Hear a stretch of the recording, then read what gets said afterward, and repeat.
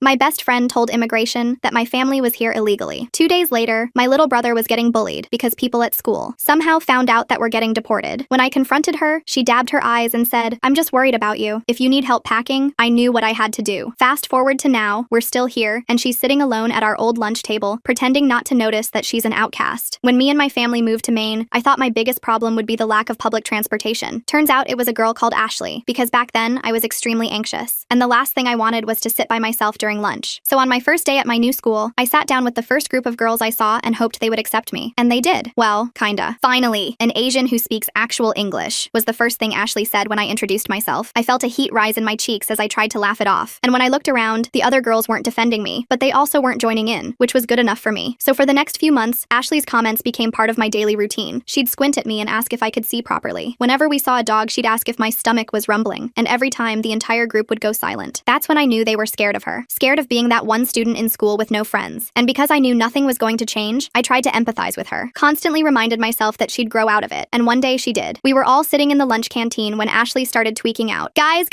I slid into the cutest guy's DMs and I think he really likes me. Without asking, she whipped out her iPhone and showed us his profile picture. That's when it all made sense. It was a Chinese boy. I stared at her in disbelief. The entire table was silent. That's when she turned to me with wide eyes. "Ching chong," she then coughed. "Cherry, I meant Cherry. I need your help. His parents are traditional and I don't want to mess this up." The other girls watched this interaction like it was a nature documentary. And maybe I'm too nice, or maybe I just wanted to believe people could change. But either way, I spent the next few weeks teaching her everything. How to use chopsticks properly, basic Mandarin phrases, what gifts to bring when meeting parents. And one day, I said something that changed things forever. BTW, his parents will probably want him to date someone Chinese, but if you show respect and make an effort with the culture— "What?" she interrupted. "That's not fair. Just because I'm born white, I have to suffer more." I pinched the bridge of my nose and nodded slowly, wondering when the her maturing stage would come. But something shifted after that. She went from interested to obsessed. She bought silk chupaos online and started wearing them to school. She replaced her Starbucks with bubble tea. And every day she'd stare at me with eyes filled with envy. Say things like, "You're so lucky to be born that way," or "I have to work so hard for what just comes naturally to you." The jealousy in her voice made my skin crawl. I thought things would get better when Kevin became her boyfriend, but instead they got worse. Whenever he was around, she would do everything she could to put me down. She'd correct my chopstick holding in front of everyone. Other times it wasn't even about my race. She would simply joke about how fat I was. "I'm literally size 0 LOL. The worst part was how she'd flip back to being my best friend the second Kevin left, like nothing had ever happened. I tried talking to the other girls about it. They all did that thing where they looked at each other but nobody wanted to speak first. Finally, Emma said, "Maybe she's just excited about learning," but her voice was totally flat. Luckily, everything exploded at Madison's birthday party. Ashley brought Kevin and spent the entire night putting on a performance. She made a big show of teaching everyone mahjong, constantly correcting me even though I'd been playing since I was 5. "In authentic Chinese households, we don't play with those Americanized rules," she announced. "Right, babe?" Kevin looked uncomfortable but nodded. Ashley continued. "You know what's so funny?" she said, turning to Kevin with this fake, sweet voice. "Cherry here is supposed to be Chinese, but she's basically just a Twinkie. Yellow on the outside, white on the inside." I finally snapped. "You know what's funny, Ashley?" My voice was shaking, but I didn't care. "3 weeks ago, you were asking if my family ate dogs." The entire party went silent. Someone turned the music down. "And what was that cute nickname you had for me?" I paused. "Oh yeah, Ching Chong." Kevin's face contorted like he had bitten into a lemon. "That's not— No, don't listen to her," she stammered. But it was too late. The entire friend group was now nodding their heads. Kevin was already packing up his stuff and getting ready to leave, cursing her under his breath. 2 days later, my parents got a call. It wasn't Ashley. It was immigration services. They called about an anonymous tip regarding our visa status. My hands shook as I watched my parents exchange worried glances across the kitchen table. Dad's jaw tightened the way it always did when he was stressed. Mom started organizing papers that were already perfectly arranged, shuffling through our visa documents for the 3rd time. "Everything is in order," she kept repeating, but her voice wavered. "We have all the proper documentation." The immigration officer on speakerphone assured us it was just a routine check, but Dad's face had already gone pale. He kept glancing at his work laptop, then back at the phone. I saw him pull up his company's HR portal twice before closing it again. That night, I heard him pacing in his study. Through the thin walls, I caught fragments of his conversation with Mom about workplace discrimination, about how one anonymous tip could spiral into questions at his job. He mentioned a colleague who'd faced similar scrutiny and never got promoted again. The next morning at school, I noticed immediately. Teachers who usually smiled at me now gave quick, uncomfortable glances. In chemistry class, Mrs. Peterson asked if I needed extra time to handle family matters. The guidance counselor pulled me aside between periods to ask if everything was okay at home. By lunch, the whispers had spread through the entire cafeteria. I caught fragments as I walked past tables. Deportation. Getting sent back. I heard their packing already. Ashley sat at our usual table, surrounded by the other girls. She looked up as I approached, her eyes wide with fake concern. "Oh my God, Cherry! I heard about your family. That must be so scary, not knowing if you'll have to leave." Emma stared at her sandwich. Madison picked at her salad. Nobody met my eyes. "Where did you hear that?" I asked, though I already knew. knew. Ashley touched her chest dramatically. It's all over school. Everyone's talking about it. I'm just so worried about you. I sat down slowly, watching her performance. She leaned forward, lowering her voice like she was sharing a secret. If you need help packing or anything, my phone buzzed, then buzzed again, and again. I pulled it out to find my Instagram flooded with comments. Screenshots of posts I'd never made, messages I'd never sent, all with my profile picture, my username, but the words were cruel, mocking. They targeted Ashley specifically, calling her a wannabe Asian, and worse. What the hell? I whispered, scrolling through the fabricated evidence. Ashley's phone chimed. She glanced at it and her face transformed into wounded shock. Oh my god, Cherry, how could you? She turned her screen toward the other girls. More fake screenshots. The entire lunch table shifted uncomfortably. I didn't write any of this, I said, but my voice sounded weak even to me. Ashley's eyes filled with tears on command. I tried so hard to learn about your culture. I thought we were friends, but you're just jealous because Kevin chose me. Kevin dumped you at Madison's party, I reminded her, her face flushed. That's not true. We're working things out. You're just bitter because no Asian guy would want someone as whitewashed as you. I stood up so fast my chair scraped against the floor. Several people turned to stare. Ashley immediately switched back to victim mode, dabbing at her eyes with a napkin. I can't believe you'd cyberbully me like this, she said loudly enough for nearby tables to hear. By the end of the day, I'd received 3 emails from teachers about online responsibility and a note to see the principal first thing tomorrow. My phone had over 50 notifications from classmates who'd seen the fake screenshots. Some believed they were real, others stayed silent. I found my younger brother Thon waiting by my locker after school. His eyes were red, and his backpack hung off one shoulder like it was too heavy to carry properly. Some 8th graders cornered me at lunch, he said quietly. They said our family was getting kicked out of the country. They said you were mean to some girl and now we're all in trouble. My chest tightened. Then was only in 6th grade. He'd been so excited about joining the robotics club, making new friends. Now he looked smaller than usual, shoulders hunched like he was trying to disappear. It's not true, I told him. Someone's spreading lies. I know, he said, but they wouldn't stop. They followed me to the library. We walked home together in silence. Mom's car was already in the driveway, unusual for a Tuesday. Through the window, I saw her on the phone, gesturing with one hand while holding papers in the other. Inside, Dad sat at the dining table with his laptop open. His company's email system filled the screen. He minimized it when we walked in, but not before I saw the subject line of an open message.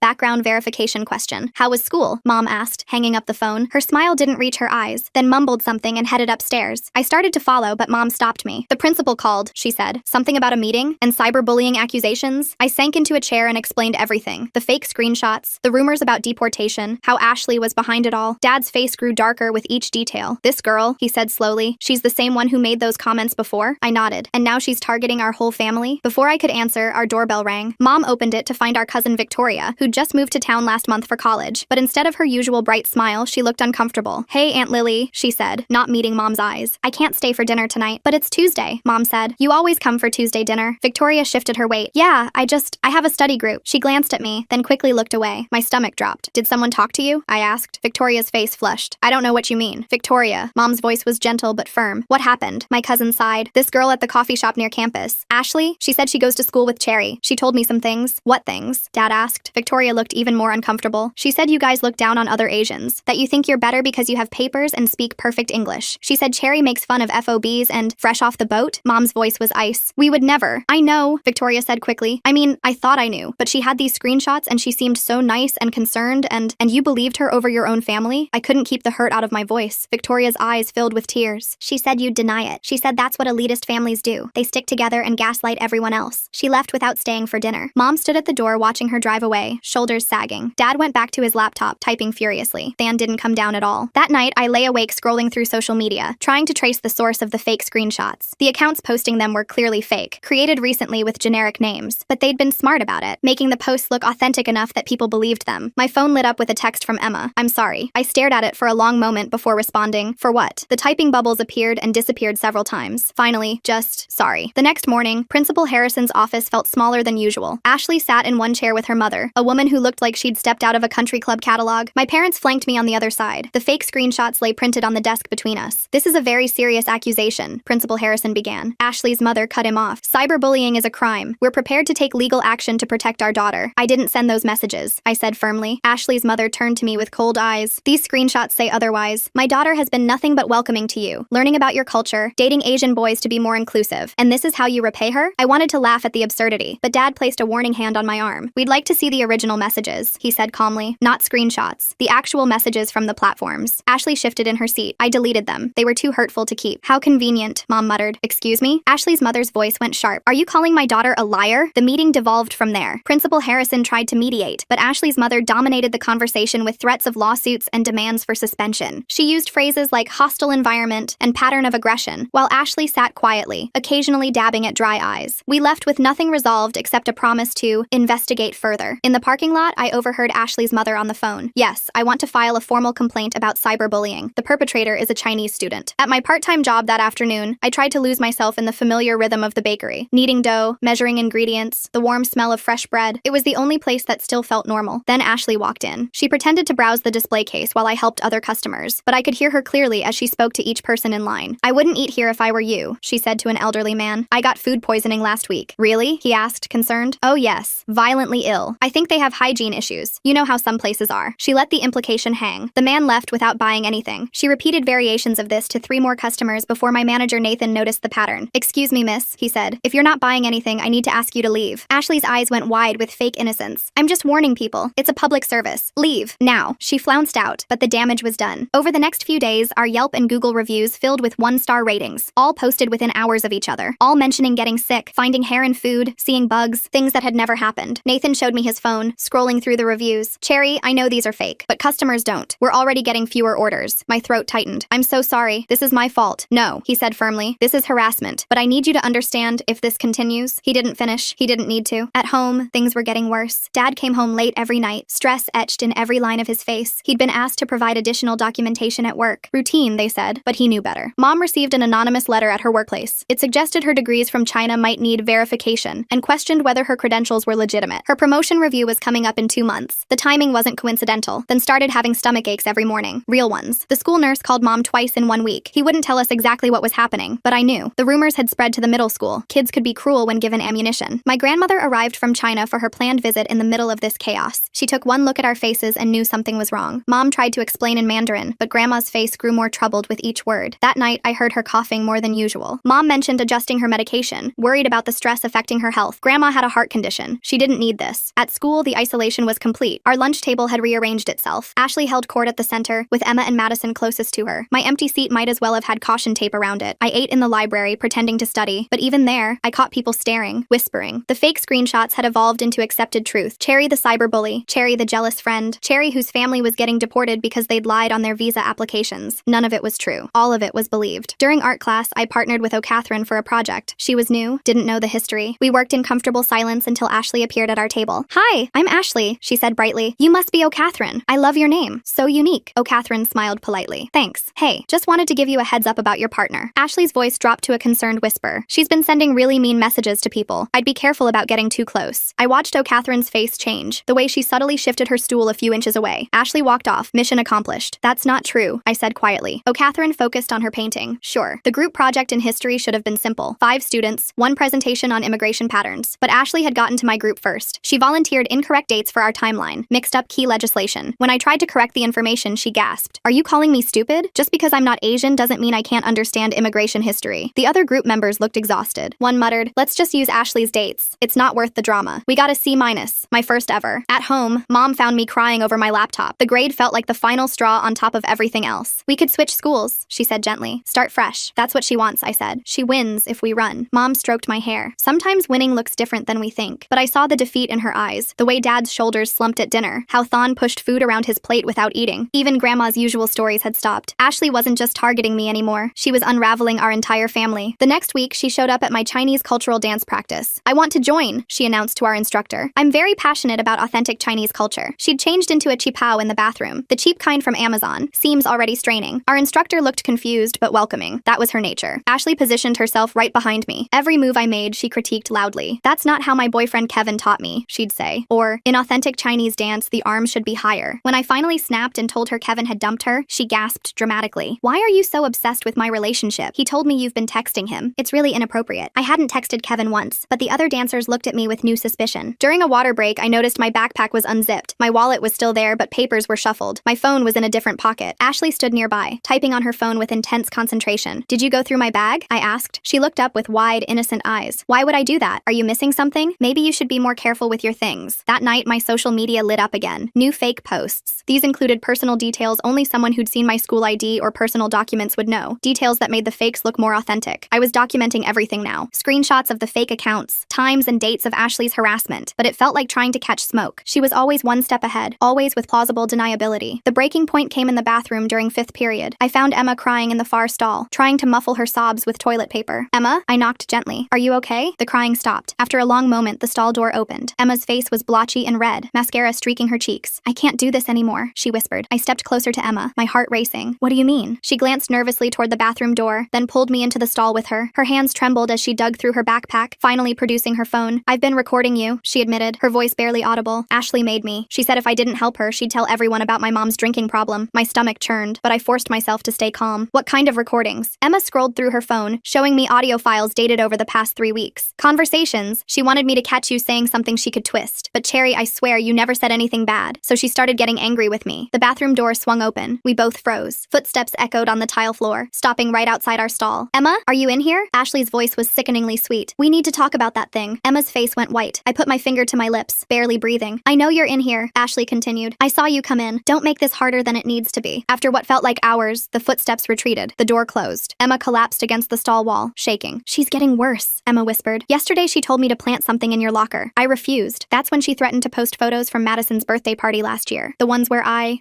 got too hammered. I felt a surge of protective anger. Emma, we need to stop her. Together. Emma shook her head frantically. You don't understand. She has dirt on everyone. Madison's family's business? They accidentally hired someone without proper work permits last summer. Ashley's dad is a lawyer. She said one phone call would shut them down. The pieces were falling into place. Ashley hadn't just been targeting me. She'd been building a network of control, using everyone's secrets as weapons. But here's the thing, Emma continued, her voice gaining strength. I kept recording even when she didn't ask me to. I have her admitting things, laughing about the fake immigration tip, bragging about the social media accounts. My pulse quickened. Can I hear them? Emma plugged in her earbuds, handing me one. Ashley's voice filled my ear, clear and cruel. Cherry's so stupid. She actually thinks her family is safe just because their papers are real. Wait until her dad's boss starts asking questions. I made sure to mention his name specifically when I called. Another recording. The fake reviews are genius. Nathan's bakery will lose so much business. Maybe Cherry will have to quit and focus on packing for her deportation. Her laugh was chilling. There's more, Emma said, swiping to another file. This one's from yesterday. Ashley's voice again. I'm going to befriend every single person in Cherry's life. Her cousin was easy, just had to play the concerned friend card. Next, I'm working on her brother's teacher. Plant some doubts about their home situation. Maybe suggest the stress is affecting his performance. I felt sick. Dan's stomachache suddenly made more sense. We need to tell someone, I said. With what proof? Emma asked. She'll say the recordings are fake, edited. She's already setting up that narrative, telling people you're good with technology. She was right. Ashley had thought of everything. That afternoon, I found Madison sitting alone in the library. She looked up when I approached, immediately glancing around as if checking for Ashley. We need to talk, I said quietly. Madison's hands tightened on her textbook. I can't be seen with you. It's about Ashley. Emma told me about your family's business. Madison's face crumpled. One mistake. One honest mistake hiring someone, and now she owns us. Do you know what losing our business would mean? It's been in my family for 30 years. I sat down across from her. What if we could stop her? How? Madison's voice was bitter. She's 3 steps ahead always. Did you know she's been taking photos of people's houses? Their cars? She jokes about it, says she's documenting her friends' lives, but we all know what she's really doing. The weight of Ashley's web pressed down on me. How many others were trapped like this? There's something else, Madison continued. She's been talking to O'Catherine a lot, showing her your posts about how new students are annoying. O'Catherine's been here 2 weeks and already thinks you're horrible. I thought about O'Catherine's cold shoulder in art class, another relationship poisoned before it could begin. After school, I waited for Thon by the middle school entrance. When he finally emerged, he was walking with his shoulders hunched, trying to be invisible. Hey, I said gently, want to get ice cream? He shrugged, but I saw a flicker of the old Thon in his eyes. We walked to the nearby shop in silence. Only after we'd gotten our cones and found a quiet bench did he start talking. They follow me everywhere, he said. The 8th graders. They ask if we've started packing, if I'll have to learn Chinese when we get sent back. Today someone put a fake deportation notice in my locker. My hands clenched around my cone. Did you tell a teacher? I tried. Mrs. Chen pulled me aside and asked if everything was okay at home. If mom and dad were putting too much pressure on me about grades. She said someone had expressed concern about my home environment. Ashley, of course. Then I'm going to fix this, I promised. He looked at me with eyes too old for 11. How? I didn't have an answer. That evening, Grandma's cough worsened. Mom called the doctor, speaking in rapid Mandarin. I caught fragments. Stress, medication adjustment, heart palpitations. Dad paced the living room, his phone buzzing constantly with work emails. Maybe we should consider moving, Mom said quietly after hanging up with the doctor. Not because of that girl, but for Grandma's health. Less stress. Running away? Dad's voice was sharp. Teaching our children to flee when things get hard? Teaching them to choose their battles? Mom countered. This is affecting all of us. Your job, Than's education, Grandma's health. They argued in hushed tones, switching between English and Mandarin. I retreated to my room, feeling the weight of being the cause of all this chaos. My phone buzzed. A text from an unknown number. Check your Instagram. With trembling fingers, I opened the app. My stomach dropped. New posts had appeared on my account. Photos I'd never taken, captions I'd never written, pictures of Ashley with cruel comments underneath, screenshots of fake conversations where I supposedly called her pathetic for trying to be Asian. The posts had been up for hours. Hundreds of views, dozens of comments expressing shock and disappointment. My actual friends knew I didn't have access to my account during school hours, but did that matter? I tried to delete them, but my password had been changed. The recovery email had been switched to something I didn't recognize. I was locked out of my own digital identity. The next morning, Principal Harrison called me in before first period. This time, Ashley wasn't there. Just me, my parents, and a woman I didn't recognize. "This is Ms. Rodriguez from the district's digital safety department," Principal Harrison explained. "We're taking these cyberbullying allegations very seriously." Ms. Rodriguez opened a folder filled with printed screenshots, the fake posts, but also new things. Comments on other students' photos from accounts with my name, messages to teachers from email addresses similar to mine,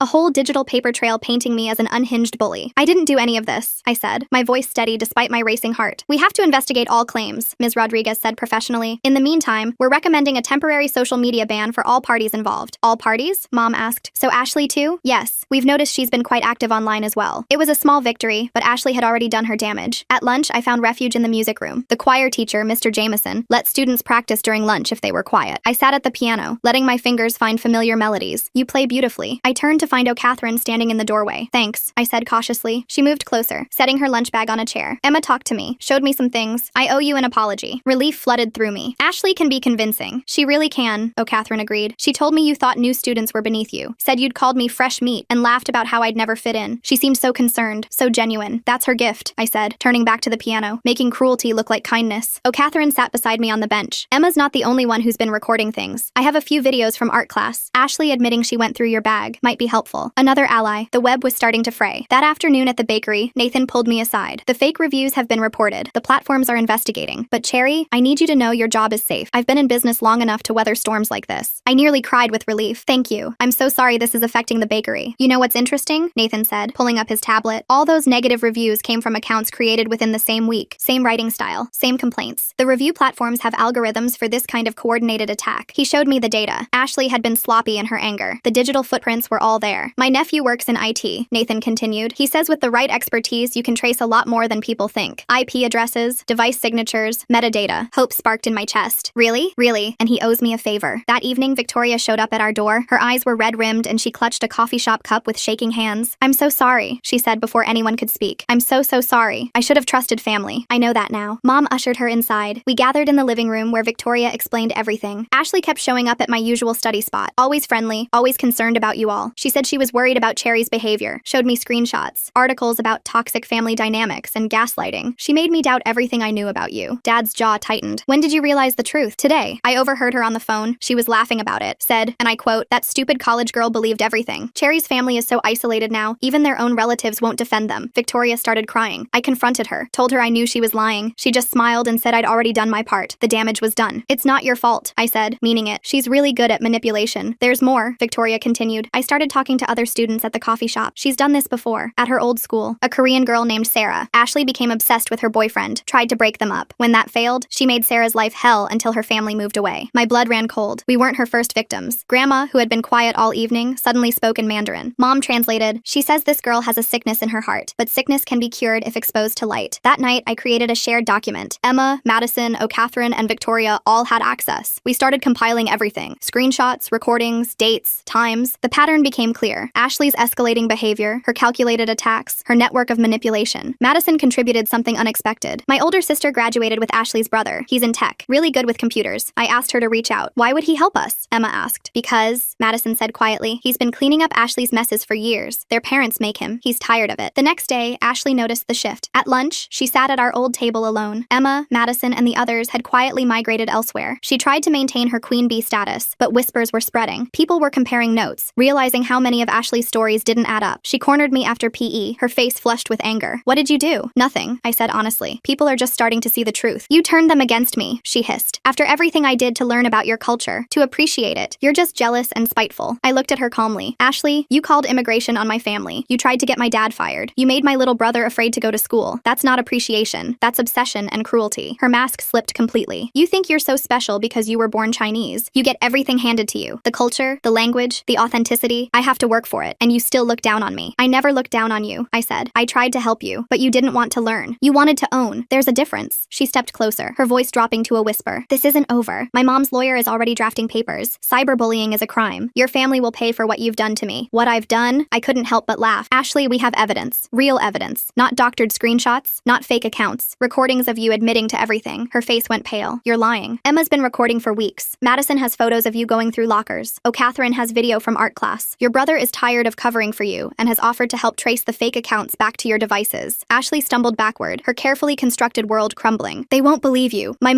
Your mother will what? I interrupted. Sue children for telling the truth? How do you think that will look? Especially when the bakery's review platforms already flagged your fake accounts as coordinated harassment? She turned and fled, leaving me standing in the empty hallway. For the first time in months, I felt like I could breathe, but Ashley wasn't done. That evening, our mailbox was knocked over again. This time, it was filled with printed copies of the fake posts, annotated with cruel comments. Dad installed a security camera within the hour. At school the next day, posters had appeared overnight. Justice for Ashley, in bold letters, with pictures of the fake screenshots below. But something had shifted. Instead of believing them, students were tearing them down. A group of seniors I'd never spoken to approached me in the hallway. We know what she's doing, one said. She tried this with my girlfriend last year. We've got your back. The network of Ashley's victims was larger than I'd imagined. Stories poured in. A Vietnamese boy whose girlfriend Ashley had pursued. A Japanese exchange student Ashley had befriended, then terrorized when she wouldn't teach her authentic calligraphy. A Chinese-American girl from Ashley's middle school who'd endured months of harassment. We weren't alone. We'd never been alone. Then came home that day with something approaching a smile. The 8th graders got in trouble, he reported. Someone showed the principal the fake deportation notice they put in my locker. Turns out it had Ashley's printer signature in the metadata. Technology, Ashley's weapon of choice, was becoming her downfall. That weekend, Ashley's brother reached out through Madison's sister. His name was Marcus, and he looked exhausted when we video called. I've been cleaning up after Ashley for years, he said. Deleting accounts, hiding evidence, managing her digital footprint. My parents think she's just passionate and misunderstood. They have no idea how deep this goes. He shared his screen, showing us file folders dated back 3 years. Every time she fixates on someone, it follows the same pattern. Obsession, attempted infiltration, then destruction when she doesn't get what she wants. You're the 4th family I know of. Why are you helping us? Victoria asked. Marcus rubbed his face. Because I'm tired. I'm in my 2nd year of college, and I'm still getting calls to fix her messes. And because what she's doing is wrong. My parents won't see it, but maybe if there are actual consequences this time. He helped us trace the fake accounts, the edited screenshots, the coordinated reviews. Everything led back to Ashley's devices, her IP address, her digital fingerprint. The evidence was overwhelming. One more thing, Marcus said before ending the call. She's been researching your grandmother's heart medication. I don't know why, but be careful. The warning sent chills through all of us. Mom immediately moved Grandma's medication to a locked drawer. Monday morning brought a development none of us expected. Kevin, Ashley's ex-boyfriend, approached me before first period. I owe you an apology, he said without preamble, for not speaking up at Madison's party, for letting her use me as a prop in whatever game she was playing. I studied him carefully. Why now? Because she won't leave me alone, he admitted. She's been telling people we're still together, showing up at my basketball practices, texting from different numbers after I blocked her. My parents are considering a restraining order. Another victim, another story. The pattern was becoming undeniable. There's going to be another meeting, Kevin continued, with the principal, the district, parents. My family's lawyer says with enough people coming forward, with real evidence, something might actually happen this time.